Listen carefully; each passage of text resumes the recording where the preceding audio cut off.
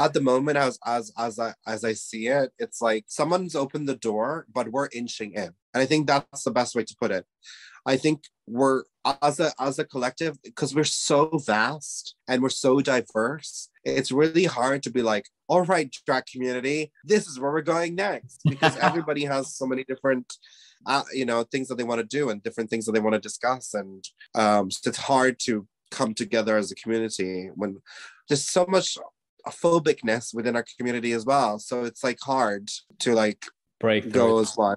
Yeah, but I am excited of what the future may take. I hope I can be part of it. We'll see. We'll see.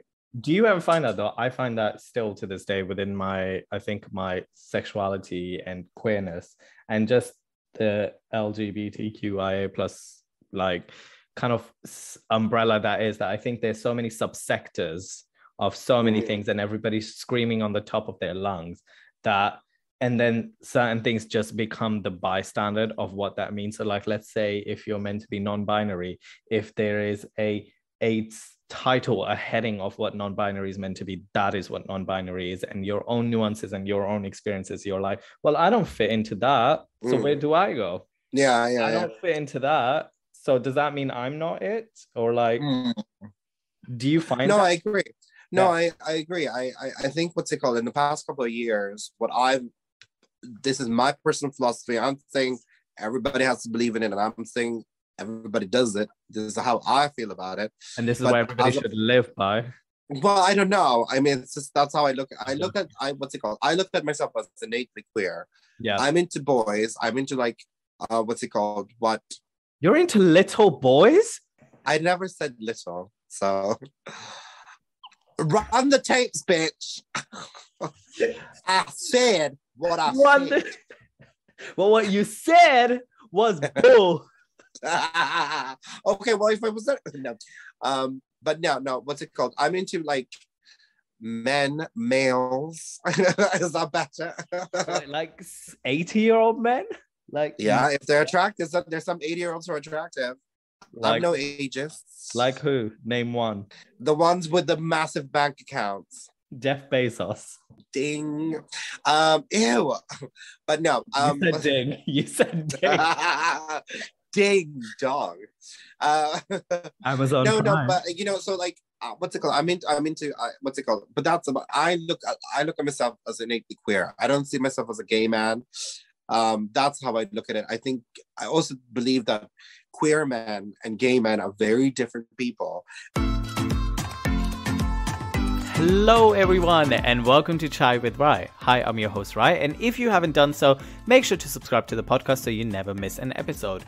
If you love this podcast and are listening to this on Spotify, Apple Podcasts, Audible, or wherever you stream your podcast from, if you could do me a kind favor and make sure to rate the podcast on whichever platform you're listening it on. It organically grows the show, connects us with listeners who haven't tuned in before, and puts the podcast in top spaces for all the streaming sites.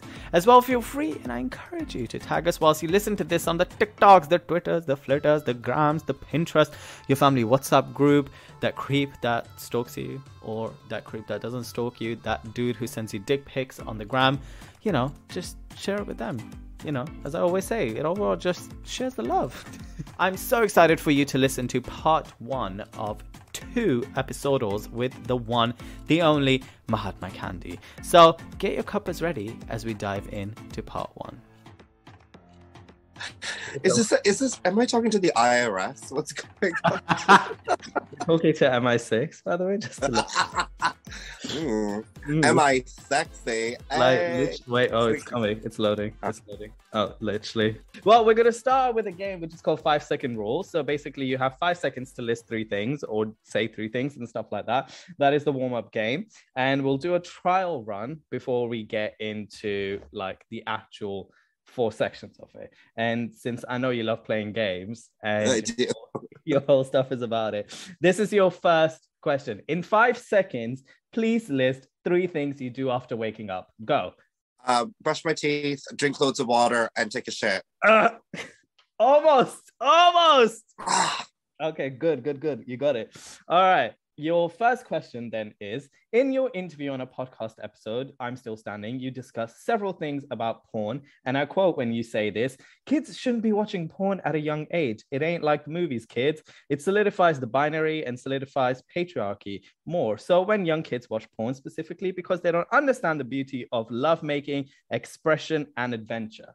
So with that in mind, okay, and taking context of fisting, which you have talked about a lot as well. There's 3 things you must do before fisting. Go. Lube up, don't do it, cry.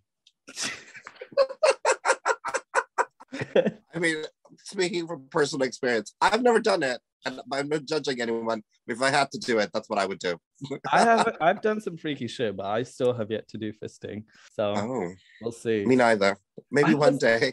Yeah, but I just don't get like how the whole, like, I'm still fascinated by rosebudding. Have you done rosebudding? Or have you known? No, what's that? Rosebudding is when they push it out and no. Should we just watch porn right now? Welcome to this episode. We'll be watching porn together. Well, there is every month I want to do a sex episode, so if you want to be in that, and I am down. But you also talking to you would always be a pleasure. You're so sweet, so kind, so generous, and you're lying. And also, what happened to the Bit and Peach podcast? It stopped now. Oh, well, to be honest, Shay is just really busy. So, like, they haven't had any time. So, I'm sure they will very soon. Got it. They've got so many different people that they need to talk to. So, they're really excited. Fab. All right. You curated the Candy Shop and you have done countless shows, lip syncs, and fashion videos such as Fashion, which I've watched like at least a dozen times. So with that in mind, you're curating the next Candy Shop, okay? And you can have anyone and everyone, like divas, celebrities, anything, like famous people, okay? List 3 top divas or people that you would like to have in your next Candy Shop. The world is your oyster. Go. Rihanna, Rina Sawayama, and Megan Thee Stallion. Who was the middle one? Sorry, I didn't get that. Rina Sawayama. Oh, got it. I was like, who? You said 3. Yeah, 3. I thought you said Rita Marina. I was like, that'll be it. I was scared. I want to do it in time. All right. Yeah, Rihanna, because like we're soul sisters because we share the same exact birthday. We're basically the same exact person. I'm sorry, didn't you talk about it on podcast? Was it you that has the same birthday as Trump? No. Who was it? I was listening to one of your podcasts that you guys were talking. Oh, no, that's somebody else. I was watching. Do you ever listen to Las Culcheritas? Yes. Yeah. Yeah, they talk about it on there. No, I share my birthday with Rihanna. We share the same exact birthday to the day. To the time you were born. To the moment we were brought into this earth at the same time. She's doing very well. You're doing great as well. Stop saying that. But yeah, so I would have her, and then I would have Rina Sawayama because she's iconic, and also she's blowing up. So like, if I get her now, then by the time people are gonna be like, "Oh my god," and I'm like, "I know," and then Megan Thee Stallion. Oh, you said Megan, yeah. I love Megan. I think she's great. My question is, would you want Rihanna pregnant or not pregnant? I would want Rihanna at any stage in her life. I would even want Rihanna before she was Rihanna. Like, I love her. What, like on the replay, or like when she was singing? On the replay. I'm talking about even like when she was singing Mariah badly when she was in school. That's how much I know Rihanna and how much I would want her. I have watched that video of that talent showcase so many times. So many times. Wait, are you a Mariah stan? Yeah. We didn't have a sound check today, so. You can't hear how I'm whistle-toning right now, but it's that high. Only dogs can hear. Have you watched the trailers for the masterclass? I don't subscribe to it anymore, but I just want to watch it for the sake of watching it. I'm so excited about it. I think it's going to be insane. Agreed. And today we're going to see JoJo, who sang with Mariah Carey. So in a way, we're one step closer to meeting Mariah. Yeah. You mentioned in a podcast and in other things before that in your previous day jobs, you used to work at a dance studio and be a stylist. And you tell a story, which I'm going to paraphrase right now because I had to skim so many things through, that you met a stylist in France, was it? Who styles Beyonce and Gaga. And when you were talking about I'm nobody, they said to you, you are somebody now. Yeah. Correct? It was something of that story. So with that in mind, list 3 bad things about Beyonce. Wait, no, ask that question again. I didn't hear you. Sorry. Wow. Basically took out the old drama. Basically, you know how you I'm sorry. It's okay. You can cut it. We can redo it. No, it's raw. It's natural. Yeah. You know how you met a stylist who styles Beyonce? Yeah. And they said to you that you're somebody now when you get basically say to them that I'm nobody. So with that in mind, in who they style, 3 bad things about Beyonce's style. Go. Oh, her day-to-day stylist, her hair, her clothes. And who she is as a person. I mean, you know what? What's it called? I don't care what the Beehive's gonna say to me, because Mina care. She doesn't have good style. She doesn't have good fashion. She just doesn't. And that's okay. I don't need her to. She's Beyonce. She's the performer who is iconic. But unfortunately, she doesn't have the style fashion gene in her. She just doesn't. Okay. Wow, you're talking. Yeah, I said that. They perform at the Grammys, like with Destiny Child in those blue outfits. You didn't like those? Because I think that's a pivotal. What blue outfits? The blue outfits at the Grammys that Tina makes back in the day. Destiny's Child. I'm sorry, but Tina KO's that I'm not touching because they're amazing. They're iconic. Exactly. Don't touch Tina Know's originals. Okay, they made the 90s like. Everyone of color. Agreed. So I'm not gonna touch it. Tina Know's original, it's fine. It's the problem that I have is every time Beyonce's been to the Met Gala, I've never liked it. I've never like. Wait, what about the Riccardo Tisci nude where she has blonde hair and a side ponytail? That was really good. No, and again, bad hair. What about the latex one? The latex one was really good. No, okay. Didn't like it. The makeup was bad. I love a bleach brow. Was it a bleach brow she had, or she had a smoky eye? No, it was just she just had a really light brow, and then her makeup was really dark. And I was like, that's really. It's like I get it. Wear it for like a photo shoot, but don't wear it to the Met Gala. It didn't make any sense. But that, the fire dress, Sarah Jessica. The black. It just looked like. Yeah. Oh my God. I literally, and this is the problem. It's like, ugh. But do you feel like I was watching yesterday's Met and I just felt like there were so many like references to old things that just kept coming up, like Gigi Hadid's just literally looked like. Oh my God, Gigi's was basically I was just gonna say Gigi's was basically Cardi's, and then someone else. Oh my! Don't get me. Janelle Monáe looked like a mixture of Priyanka Chopra and who was that? We could literally go on this. Anyway, let me finish. My last question, which is you have done this beautiful act. I've gotten to witness it, and I think the house blows up when you do it. Like literally, it's your iconic. It's basically your thing, right? If I'm correct in saying it. So with that in mind, the legend that is Vanessa Carlton, sing 3 original. Embody Vanessa Carlton. Okay, embody, you are Vanessa Carlton. You're shopping at Lidl. Okay, list 3 original songs Vanessa Carlton would sing about her shopping experience at Lidl in 5 seconds. Go. German frikadelles, mozzarella, and Tabasco sauce. Would you like to give a preview on mozzarella, please? In 5, 6, 7, 8. I'm not as good as she is. That's okay. I've heard you riff. Oh, where? In one of the videos that was on Instagram. Oh my God, you are a stalker. Thank you. I appreciate that. Now we're going to get into deep, meaningful conversations. We're going to talk about the experience of drag, sexuality, and so many things. By the way, I must say, you have done so many podcasts and interview. That was like, I want to ask that question. Fucking hell, I want to ask that question. Which one was the question that you're like, oh, damn, like, that's a good question. I wish I... Oh, I'm going to. Well, I think, firstly, I want to ask you, how was your week? How was your day? What did you have for breakfast? And how is your mother?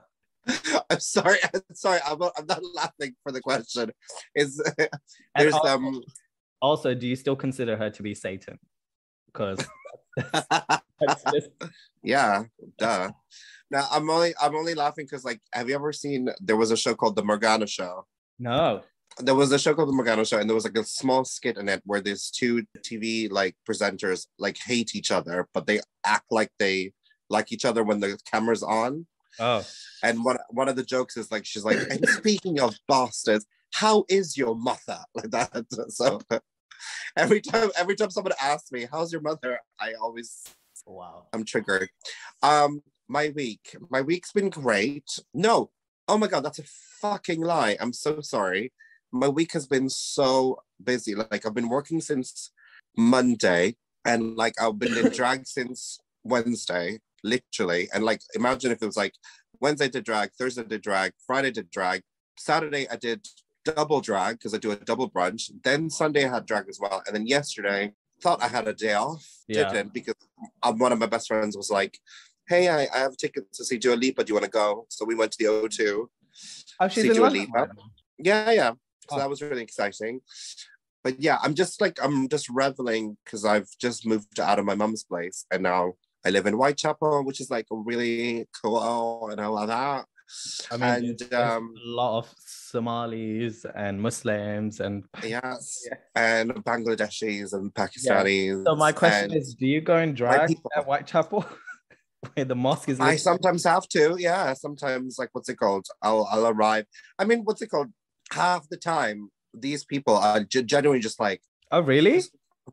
Who is that? And then I psychologically have like created this barrier in my mind that even if someone is going to say something rude or look at me weird, I automatically think, oh, they've seen me on TV, which they haven't. But in my mind, I'm like, you know what? If I do that, then like I won't feel as bad, and I'll just feel a bit more like coy about it. But that's my psychological way to deal with like that the public. Ladies and gentlemen, her. And then what was the last question? You said, oh, what did I have for breakfast? I'm really bad. I don't have breakfast. Why? I don't know. I just don't. Like, I do this thing though. I try and drink at least 2 giant glasses of water before I brush my teeth, because apparently that's a really good like flushing system. Yes. The kids out there, hydrate. And my mom's fine. I'm kind of annoyed at her actually today, because like we were supposed to go and see Mary Poppins this week. And then she was like, sorry, I'm working. And I was like, well, fuck you. So what does your mom do? She's a nurse, but she's working from home at the moment. She's like, because she studied in, I heard, again, in one of their podcasts. You heard through the grapevine. Yeah, she studied. She's. You know what? It's so funny. Like, my mom is wonderful, and I love her, and she's also the devil. Like I said many times, every mom is. Every parent, every guardian you have is also a demon. And also we are. Don't get me wrong. Oh, we're Satan's seeds. We're Lucifer. Yeah. In the words of Charlie's Angels too, I'm no Angel. Okay, Charlie's Angels too. Because you talk about Elizabeth Banks, and I am still in the Cameron Diaz, Lucy Liu, Drew Barrymore, always, and Farrah, not Farrah Fawcett, Farrah Fawcett. Farrah Fawcett. Yeah, the TV show. Or Kelly Garrett. Yeah. I love her mom because she's very much like, like independent woman doing things and stuff like that. But it's all stemmed from like quite a shitty, like when she finished university, her parents were like, yeah, you're going to Italy, bye, and you're making money for us. And I was like, what? And I had no idea that like, I knew she was sent to Italy to like, and then she was telling me like I was sleeping in like the corridors of my friends' houses because I didn't have enough money, because all my money was getting sent back home. And I was like, you don't need to brag. I'm just, get it. Sad story, Mom. God. No, so she's doing great though. She's happy. I think we both are happier now that we have a little space from each other. Yeah. But I just wanted to do something nice this week and take her to the theater and see Mary Poppins, because a friend of ours is in it. So I was like, cheap tickets, yeah. but now she can't. So why don't you go? Wait, have you seen also Cabaret? Because that is meant to be the. I've heard mixed reviews. I Well, don't know why I'm Shay Shay suffering. is in it, so like, Shay Shay's not in it. I thought Shay Shay's in it. No, I thought Shay Shay's in it. no, Shay Shay's all over this like advertisement, and they're not in it at all. Then why are they the face of it? I don't know. It's so funny. I find it hilarious. That's Yeah. That's mismarketing. We need a campaign. Oh yeah. We need a campaign against Shay Shay and as well as Cabaret. Because Shay Shay promoted it. Did they? Yeah, it's on their profile. Oh, well, I think they promoted themselves in that picture. I don't think they promoted Cabaret. Yeah, basically, I'm getting cancelled. I'm trying to get cancelled out of all of this. That's what it's Very about. easy. Trust me. It's 5 more minutes with me, and then you're done. Well, you're not going to get cancelled. We're going to talk about, I found what was interesting is we're going to dive into deep conversations now that I have been privileged enough to watch you and be around you and watch some of the interviews, listen to things. And I found this correlating theme that you have a humor in your drag. And you talk about silliness and in your personality. And it kind of reminds me about a lot of female comics when they do interviews and they talk about the fact, I don't know if you ever watched Joan Rivers' comedy special. Yes. And she basically talks about how comics are the most vulnerable and like deep, dark, spaced people and how they mask that with humor and sarcasm and all of those things to a point where she talks about, hopefully trigger warning, but she basically talks about like 9/11 and rape and all those things, and she's like, how do you get over devastations and so many things? You get over things through humor. And I'm not saying you do it to that aspect, but you have a very humorous, laughing, joyful thing. And I just want to know if you have been through hardships, and is that a sign that you deal with it as well? And how do you get to that space? Because as somebody who loves like being in the dark and like thriving off that, how do you find light and humor and silliness in certain things and joy? This is better than. This is great. Thank you. If you could do it like that, that would be great. It's so funny. There's a specific TV show that shall remain nameless throughout this entire podcast that asked that question. Always Waverly Place. Oh my God, I'm just watching that right now. Are you actually? I love that show. Yes, Selena Gomez is like a comedic genius in that show. Anyway, we digress. But yeah, there's a certain show where they ask you that question specifically, where like, have you been through any specific trauma or like hardship or like, you know, situation that has like affected you in some sort of way? And every time I read that question, really like privileged to say that I've never really been through anything that tough in my life. Like I mean, my perception anyway, like what's it called? You know, certain perceptions can change for different people, certain situations differ.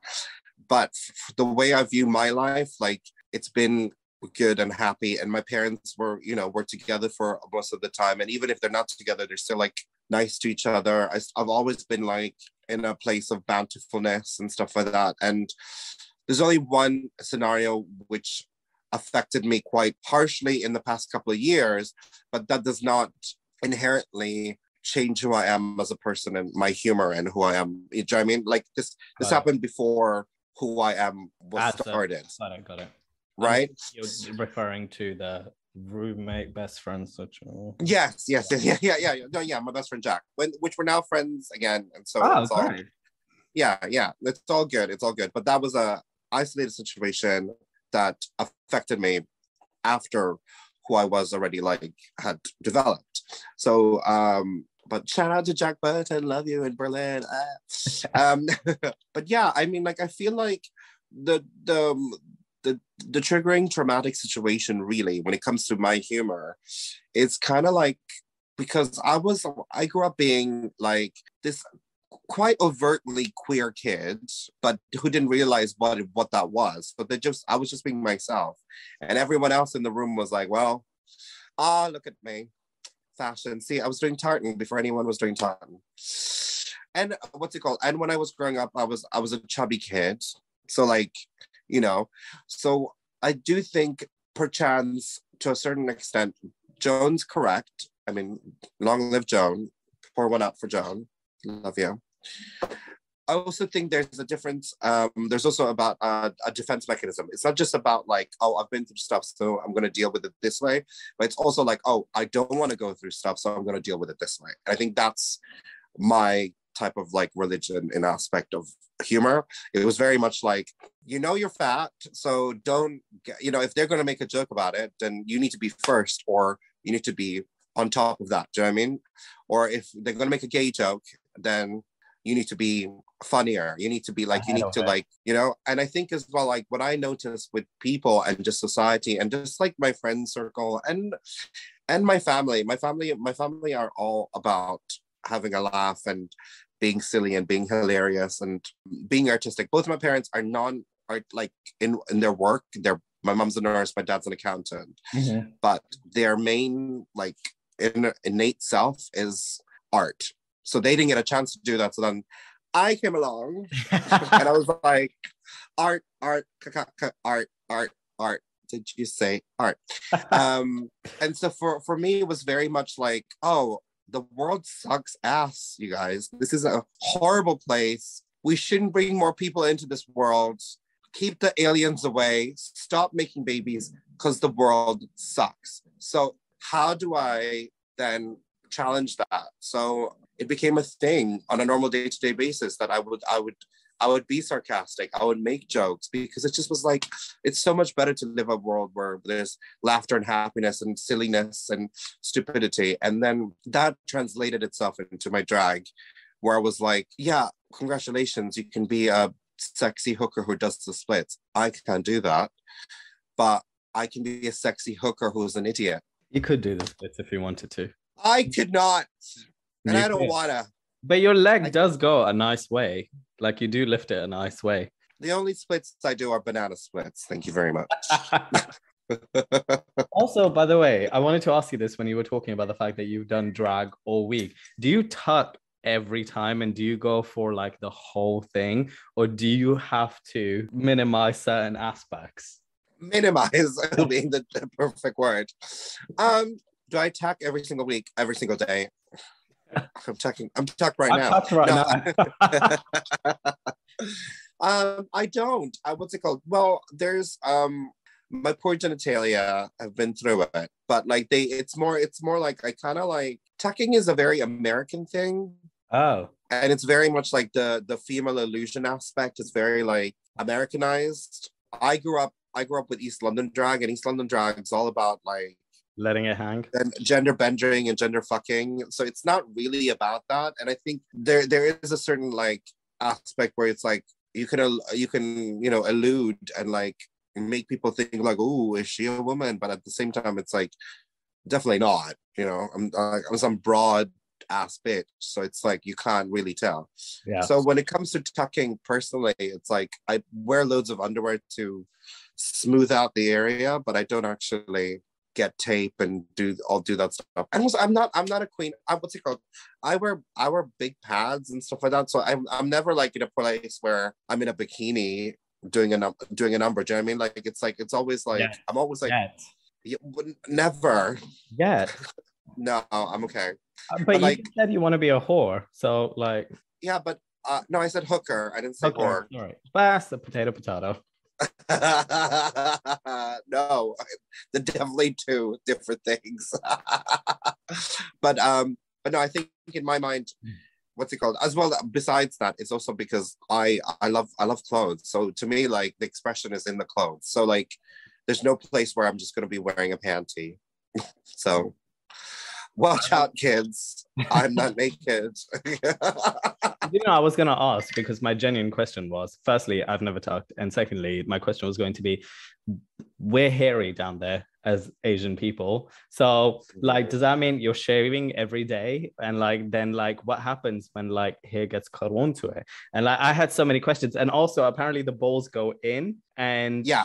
And I was like, no. No, but they do. No, this is the funny thing is they do. Like it's just a normal reaction. If I've had that. It's the worst feeling in the world. Like, oh, it's not. No, it really is. It's the worst feeling. It feels like I'm about to die. What about reckless abandonment? That's worse. Yeah. No, I mean, this is the funny thing about the whole situation, especially when people like talk about talking in drag. Yeah. Half the stuff that we do in drag, it's not things that people have never done in their entire lives. Like, and it's not something that it actually doesn't like happen. The one thing I would say about drag that's worse than tucking is the corset. Because like wearing corset for a week, trust me, like my insides are moving. Oh, I love wearing corsets. Like that doesn't do anything to me. Well, you're not wearing them properly then. Well, everybody. But yeah, no, just like what's it called? I'll be like sleeping and I'll be like, oh, I have to like move my body because like my like yeah. The corsets are worse. Did you not hate it how all the big girls were wearing corsets yesterday? Like all of the big girls. Yesterday. Oh, we're talking about the Met right now. We're gonna interlink that into conversation. Oh yes. And all some of them were not really great looking corsets that you just have to be like. There was only one standout technically that I enjoyed, I think, but most of them I was very much like, eh. All right, let's talk about some projects quickly that you're part of. I'm not going to go into depth with them because you have already talked about them so many times with so many people. And if you don't know, to viewers who are watching or listening, just Google. Just literally Google. We're going to talk about the following projects, okay? Are you ready? Okay. Yeah. We're going to talk about Sync the Pink. Okay. The Candy Shop. Bit and Page. Karaoke Club. Oh, okay. Is it True Liars and True Lovers or True Liars or True Lovers, the dating show? True Love or True Lies. True Love, that's one. And then the last one being Queer Berry Bar. Okay? So think about 1, 2, 3, 4, 5. Where we met. Where we met. But I stalked you before, so. Oh. I told you that. No, you didn't. I did tell you that okay, we'll go into it later. But for each project, name a joyful thing about them and a not so joyful thing, which I basically was like the sourness of it. So that can be something that could have been done better, something that can be done better, or an experience that made you go, oh, do you know what I mean? Rather than it be like, oh, that was shit, a constructive thing. Right. Okay. Yeah. But if you want to be shady and like shit on them. No, I'm just laughing. It's just like, imagine just say that was shit. That was shit. Like imagine just like going down the ringer and just be like, that's crap. I think okay, so been with the longest, right? Since 2015 is when 2015, 2014? Sync the Pink. Yeah. Technically, yeah. Okay, start with that. Sync the Pink is who put me on the map. So I'm very grateful for what they've done. And it's really sad that they've said goodbye. And this year was the year that they said farewell. Yeah. We shall see, kids. I don't know. Yeah, they put me on the map because I did lip sync. Well, funnily enough, which will lead to the next group. But like, I asked Shay Shay, I was like, Shay Shay, I really want to do drag. How do I do this? And they said, okay, we'll do Lip Sync 1000 because that's a really great place to showcase your work and a lot of people get to see it and things like that. And then I did Lip Sync 1000. Yeah, Shay Shay. That's another group I'm in, High Waisted. And from Lip Sync 1000, one of the people that went to see it is someone that I knew from back in the day when I was working the door at Shadow Lounge in Soho. And they said, you should do Missing the Pink. Shadow Lounge. Yeah, interesting. Why? Nothing. Things happen there. I wonder if you saw it, but it's okay. We move on. We digress. Why do you think I change my look every year? Oh my God. Did you go to Shadow? It's okay. We move on. Okay. All right. I'm from the box era. I used to work at the box. So like. Oh, did you? Okay, fine. Okay. I'm from that era of doing cage dancing at the box and seeing people like doing shit. Right. I've never been to the box. I mean, now it's not what it used to be. Oh, fair.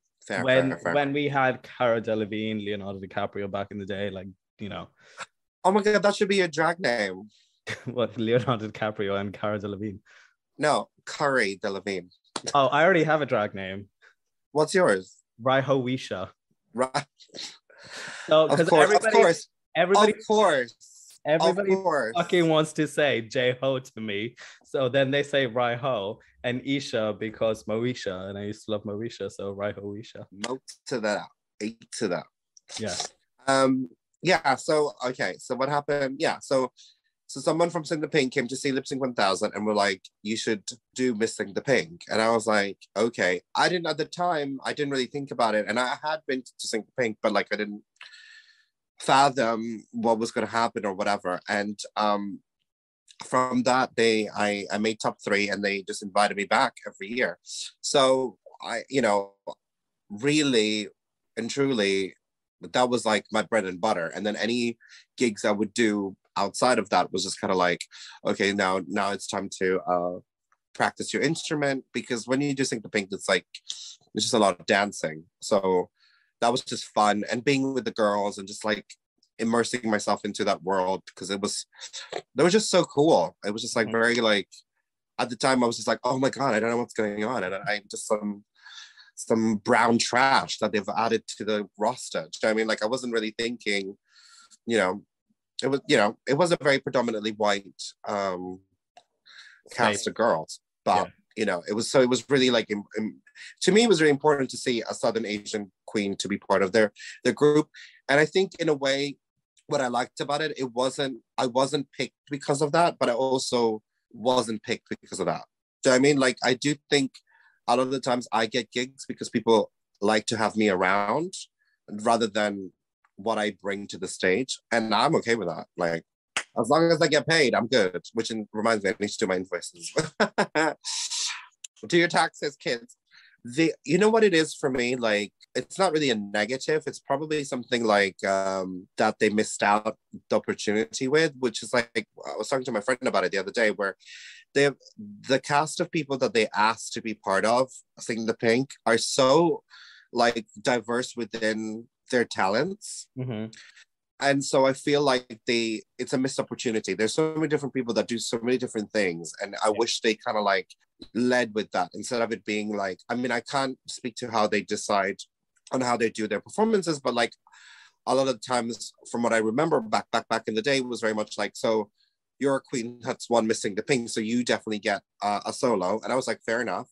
And then the other numbers are kind of very much like, okay, so this is the theme of the night. We're going to do these songs. And then now that's how we're going to theme it.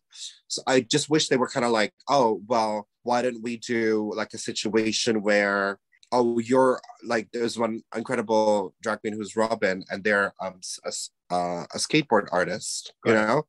So it'd be really cool to see that on stage, and like, someone else who can do flips, or like, it's very much like, I just feel like they didn't, but also on the same coin, we are dancing to a bunch of like fucked up, drugged out people.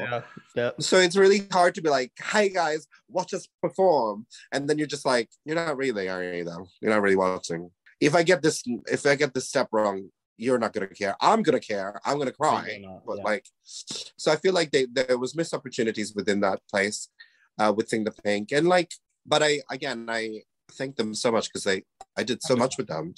Yeah, I mean, I went to Austria with them. That was really fucking cool. No. But I think to your last point, that's the difference between performing at like clubs, pubs, and things like that, as opposed to in cabaret or theatre spaces, which are curated. That, yeah. But actually, before I forgot, my biggest thank you is that I met Ginger Johnson through them, and that's how I did Krampus and Escape from Planet Trash and Dog Show, and Queen's Head, which was in Selfridges. Yes. So I would never have branched out to do theater and musical theater, and and that's what I want to do now. That's where I want to like start like filtering myself towards and be an actor. But I would never have been given that opportunity if I wasn't seen within the show, if I wasn't at those after parties, if I wasn't in those conversations. So yeah, I'm very blessed to have done that. So Bit and Peach started because Lady Snatch Dragon, Evelyn Carnett, and Shay Shay, all three decided that there wasn't a space for Asian performers, so they should create their own. And I was very fortunate to be part of that I wasn't part of that conversation, but I was part of the beginnings of that. And so, wait, how long was that now? Like 3-4 years ago when it started?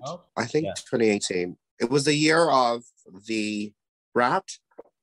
Yes. No, wait, I that think wasn't. it wasn't it? No, Let's that wasn't just say the around first that one. time. Let's just say around that time. around the time. Yeah. Year of the rat, year of the pig. I don't know. One Just of those years. Around 2018. It might be a year before or after.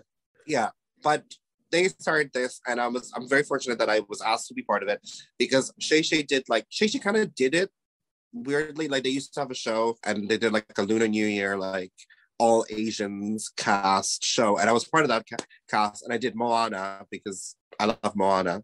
Also, Moana, the actress, I don't want to say her name because like I always say it wrong, so I'm not going to say it. I can't remember her name. But she's just come out as queer. Well, she's not, like in the pandemic, she came out as queer. So now, to me, that song is going to mean so much more. So watch out, peeps. You're going to see it a lot more now.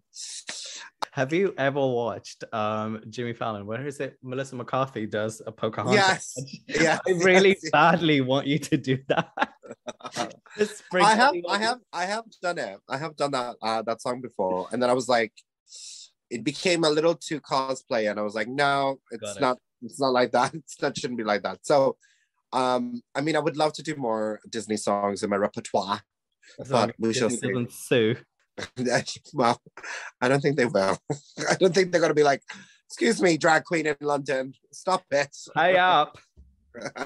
So Bitter Peach started like that, and I remember like being part of the shows and stuff like that, and the exciting thing is really when we started, it was like when you look at the Bit and Peach Instagram, and our family group photo was like maybe like 8 or 9 people, and now there's like 40 people. It's like insane, and it's like so cool that like we're all like in each other's lives, and you know that's how I met.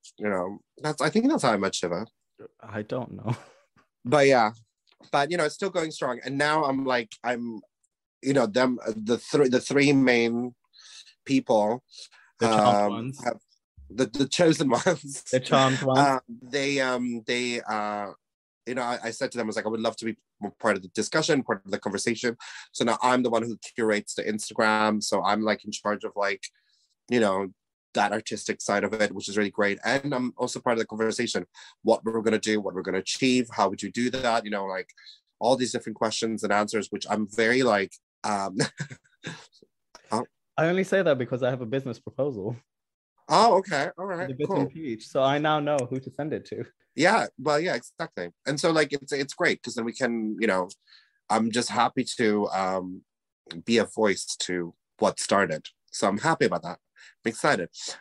Things that could change is that the or improve. We're just in the talks. We just had like this like really wonderful full-blown conversation with someone from the Bit and Peach who's doing a dissertation on a business model. So we are discussing how to create this beautiful collective as a company and how we can fruitfully and professionally make it certain and correct, and I don't know how to say it, but like that's ethical. Yes, like I feel like because we are all creatives that have come together, who throw incredible shows, who throw incredible parties, it's really tough for us to ensure that the bounty and the plenty is given to everyone.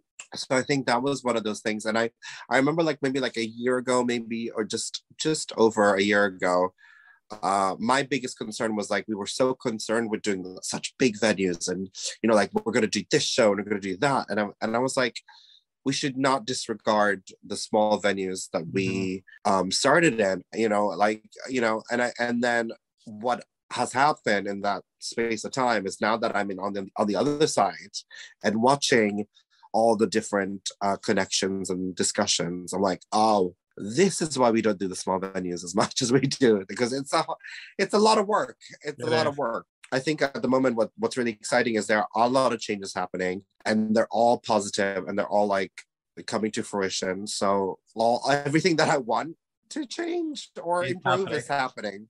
Got it. So I'm happy. Like it's like no issues. Candy shop. Oh my god. Oh, my baby. I want to call it candy shop, but it's called candy shop. Everyone calls it so many different things. And I'm like, it's this candy shop. It's fine. How do you pronounce it? The candy shop? The candy shop. That's how I wanted to pronounce from now on. Yes, so the candy shop started in 2021. And I'm very proud of it because I was getting annoyed about being part of like lineups and like seeing the lineups where everyone was white, not necessarily just white. It was just like white, cis, male, gay men who do drag, who just look the same. Yeah. And even though I've gotten to know some of them and they're so wonderful and very lovely and very like creative, and I respect what they do. I do think that sometimes they forget how much like privilege they have and how they've like grown up in the ranks compared to all my brothers, sisters, and siblings who have been working their butts off, and we haven't seen them. We haven't even like touched the surface of the POC crust.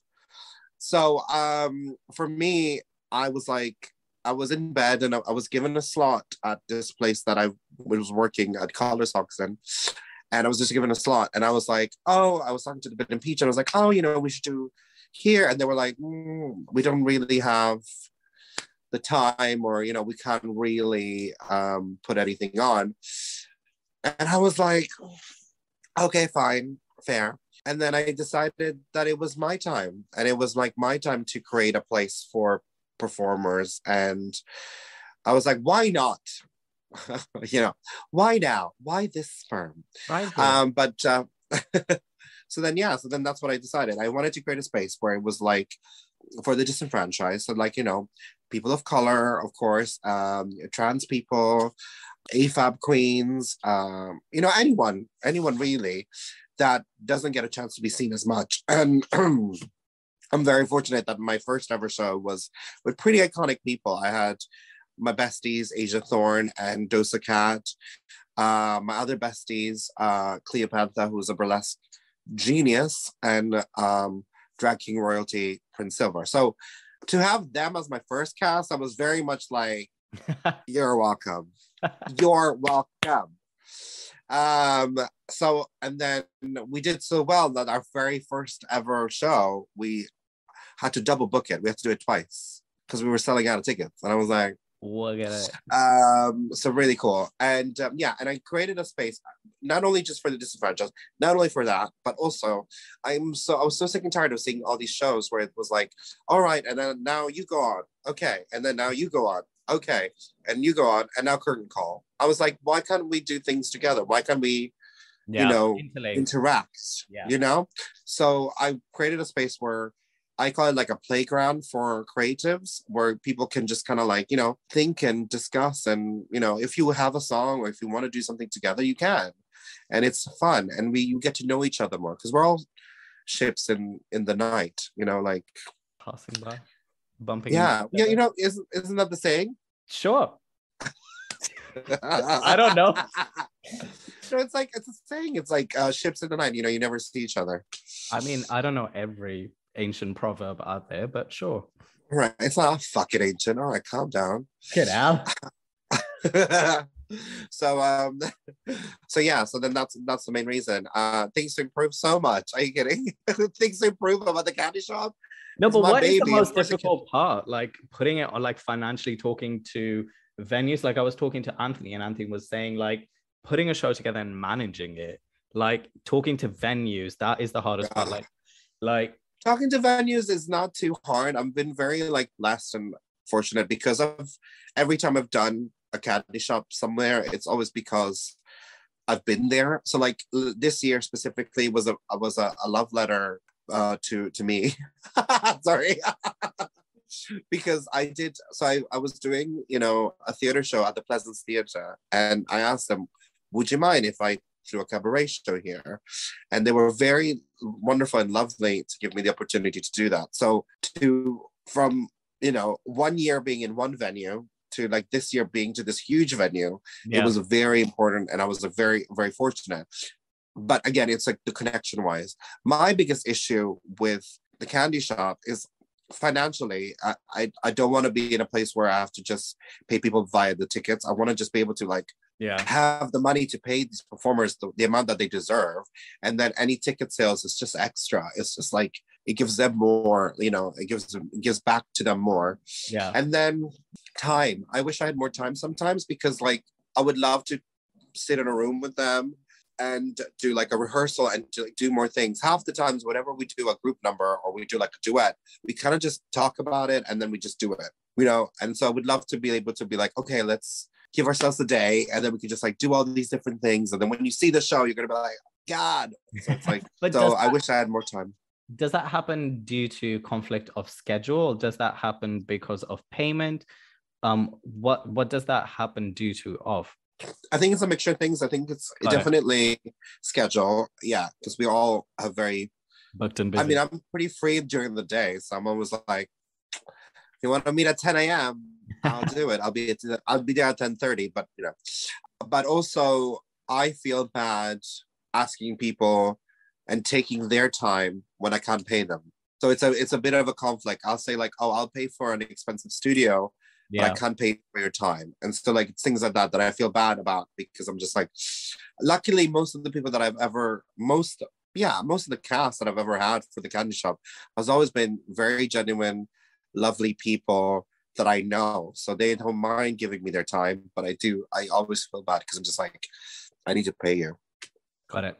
Can I ask you a question quickly, which just came to my head, only from the perspective of knowing about the business and being in companies, but never being in the queer space as much, I think, in the specificities of what you do, which is, if you're part of Bitten Peach, I'm going to put it in the context of if I'm part of a company and I decide to do my own thing, sometimes there's conflict of interest, which company, it could be to do with venue, it could be to do with whatever it is, the business ethics or principles or respect or whatever. Do you have that conversation, or it's very much a supportive space? So someone like Sing the Pink, I don't know, because that's just, they have their own situation.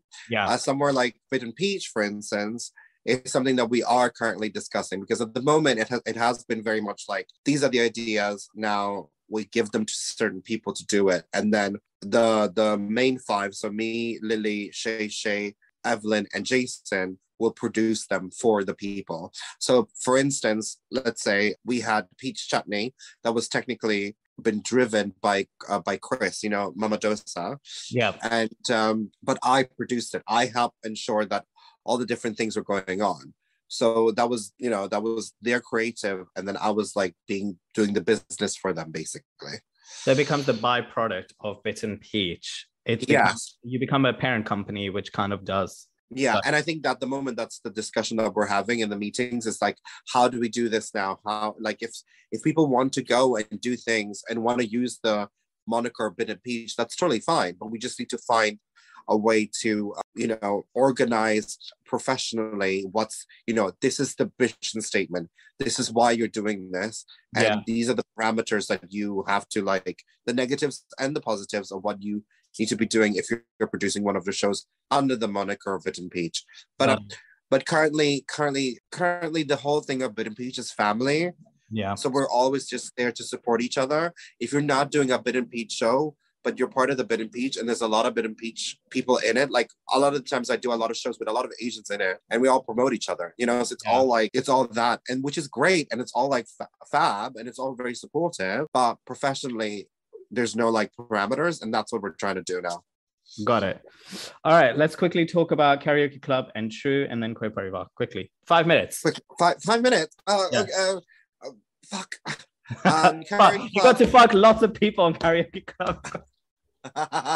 Karaoke Club was so much fun.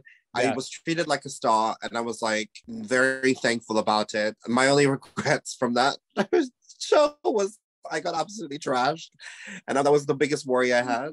Everyone was super nice to me. Everyone was lovely. I've got some tea that I'll tell you later about it. I'm not gonna say it on the podcast. But I got some tea about the people that were there. But no, it was really lovely. And to be honest, like, shout out to, not really shout out, but Caramel was ill. Yeah. And that's how I got on the show, because I was just an alternate. I was never supposed to be on the show. Spoiler. But yeah, Caramel fell ill, so then they asked me, "Would you like to go on TV today?" And I was like, "No." And then they were like, "We'll pay 500 grand," and you were like, "Make it 6." All right, I guess so. But yeah, so Car and I share lives in that respect. But no, it was really fun, and leads to the next one. But like the voiceover of that show is Grace Shush, who was my partner on MTV True Love or True Lies. But there's nothing I can change about Karaoke Club. Like I did it, it's there, it's done. But yeah, I wish I didn't drink as much. I was so nervous. I was so fucking nervous. Are you kidding me? I was like, how do you forget the lyrics to Independent Woman? How? I don't know. Well, no, because I don't know. But what's it called? I'm terrible. You know what? I still don't know all the lyrics to Vanessa Carlton's 1,000 Miles. And I've done that 1,000 times. You do know I'm making you lip sync later on to random songs to check how good you are. I'm terrible. I'm the worst. Are you kidding me? What's it called? That's why I only do numbers of songs that I know. And even then, I'm like, not that great. But like, what happened with Independent Woman was, the issue that I had with that whole section was, we have the screen with the words, but I didn't have my glasses on. So I couldn't see shit. Are you short-sighted or long-sighted? Long-sighted. Oh, okay. So yeah, I couldn't see shit. But yeah, but it was a great experience. And got paid loads. And they honestly, like, I'm very fortunate because like, compared to those queens that were on there, like, you know, I've done my dues, yes, but like they're like top-notch queens. So to be in a room with them and to be treated the same way they were, I hope. It was a great experience, and I was like, oh yeah, and shout out to Baby Lame, because they're the ones who asked me out of the blue. I was like, would you like to be part of this? And I was like, yeah, but yeah, so cool. And then we move on to MTV True Love or True Lies, which I did with the voiceover artist, which was Grace Shush. I've been rushed, people. I didn't mean to talk this fast, but yes. So what happened? And I'll spill the tea. Nobody really knows about this, but what happened with MTV True Love or True Lies was Grace Shush was asked to do it with another fantastic, incredible, iconic queen called Frida Slaves. Yes, so they were supposed to go and do it together, but Frida got cold feet and wasn't feeling the idea of going on TV. So Grace was given a list of names, and one of those names was mine. And they were just like, oh, of course I would do it in Mahatma. They're great. So we did like a screen test situation to see how we acted as a couple. A chemistry test. And they loved us. They thought that we had great chemistry together. Obviously, in their minds, they're like, well, you have a trans non-binary queen, you have a brown queen, and they're both drag queens, and you know they're both full-figured ladies. Perfect. Shove them on TV. It's never been done before. No, just kidding. MTV actually were so great. They were like so nice to us, and the production team were like really gutting for us to win. I think they just like they were so supportive. The show was called MTV True Love or True Lies, which was basically 8 couples going to a house. Some of them are real, some of them are fake. We had to gauge as a house. We had to gauge who were the reals and who were the fakes, and get rid of the fakes so that we could earn money that at the very end, one couple wins. Oh, you don't get to keep any money? Like you get paid per episode? Nope. Because it's a competition reality show. We didn't get paid. Well, you got a son at least. We didn't, because it was at certain points it was like really cold, and then at one point it rained like crazy. But no, I mean, like, don't get me wrong, in my mind I was like, it's a free trip to Malta, you know. I had a great time, and like me and Grace like bonded and then not bonded. We needed some time off from each other afterwards, but I mean, yeah, of course it's really intense, because you know, you're kind of like a team even though you're not really a team. And at the time we knew each other and we were like friendly, but we weren't friends. So in a way that has strength. And I will always be thankful, because you know, if it wasn't for her, I wouldn't have never done the show. And now we're best of friends, obviously, but it was a lot. I mean, it's a lot. You have to sleep next to each other, and I snore like a bastard, so it's like a lot. Yeah, I'm a big snorer. people need to understand that I got sleep apnea, right? And people with sleep apnea, the reason is like we don't have any oxygen coming into our lungs. So this machine, what it does, it just pumps oxygen, and then I wake up because I have to turn off the machine, and then I don't have enough sleep because I'm literally going like that. So it's like it's almost like you need to like rewire my lungs or something, but you can't do that. Are you in a relationship? No. What? I've never been in a relationship. I am a single ass bitch, and I'm happy with it. What's the longest you've dated somebody? Shower. What's the longest you've dated somebody? Come on, give me days. I've never. No, what's it called? I've been on a date, but I've never actually dated anyone. Okay, we'll get into that later. Wait, out of choice or just because? Well, if I break it down this way, I grew up in the 90s. I'm a Pisces and a hopeless romantic. So that combination means that every time I try to date someone or try to be on a situation, I've always tried. So it's not me. What day are you on March the 3rd? February 20th. Pisces. Yeah. All right. And the last one was Quit very well. Oh, yes, of course. Yeah. Okay. Well, skip it. It's fine. Don't worry about it. Well, no, this project took forever because like the pandemic and like rewrites and all these different things took a very long time to produce. I'm so happy though with what was achieved, what was done, and to see the rest of the movie was like so beautiful because I had no idea in my mind. And also when Shiva was talking to me about it, shout out to Shiva. But when they were talking to me about it, I was very much like, you want me to do this? Like, I mean, fair enough. Like, there's so many different people that could have been asked, and to be one of those people that, you know, was asked. And I think there's a blend between my work, but also my character, because I feel like, you know, that there's an aspect to that where Shiva could recognize that I would be a nice person that would be part of the project. I wouldn't just be some, you know, some queen or whatever. Do you know what I mean? So I'm very thankful and grateful that they saw that in me to ask me to be part of it. And no, it was such a wonderful experience. I mean, in my mind, I wish I had time. Well, I did have time, but I wish I had time to like create an outfit or something for it, or like really like immerse myself in my Southern Asian side or something in a way to like give back or something. But but that's my own demon. That's like my own issues, because like at the end I looked fantastic. I mean, I opened the fucking movie, so like you're welcome. But yeah. And the only thing that I would have done different was take me to LA. Oh, I was like, that took me a while. Got it. But yeah. Question: what? Yeah. Oh, he should.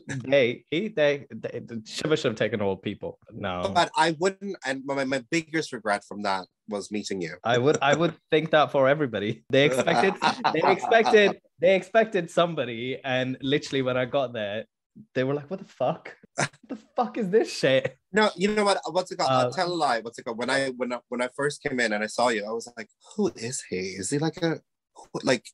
And in my mind, I generally thought that you were like some actor that everyone knew, and I was like, "Oh God, well, look at me now, me being the idiot. I have no idea who this guy is." You're too kind, and most of the time I got this. Wait, what are you doing here? Literally. Do you have a wristband or? Raheem was like, "Oh, what are you doing here?" And I was like, "You'll see." Sorry. No, you were great. You were so, shout out to you, because you did an incredible job in that movie. You were so wonderful. You were always like keeping high spirits, having a laugh, which is great, because like it's such a long fucking day during the emotional shoots like that, especially when I was cracking up. Yeah. No, you were great. You did a great job. Thank you. But literally, I did nothing. It's Shiva. I always say this. You know this as well. Like, I think you would appreciate this when you curate or when you produce something. It's so many voices behind the scenes that whenever people are like, they see a picture, they're like, "Oh my God, you did so much." And I'm like, I barely did nothing. The chunk of what goes behind is like, yeah. So I think like it's Shiva and everybody else. Well, everyone, that brings us to an end of my double chat with the one and only Mahatma Candy. I want to thank them for their time. I I want to thank them for the love, for the generosity of everything that they gave in this episode. All of the information about the guest, myself, and the show will be listed in the bio. Make sure to follow, share, comment, and subscribe. Show us all some love, because isn't that what we want at the end of the day? Some love. Your support really helps the show and the message of it grow, and the people that are on here. Thank you again. And as I always say, breathe in, breathe out. Now must go, which means now I must go. I own that is copyrighted, and I will sue. Joking. Have a great one and stay curious. Till next time.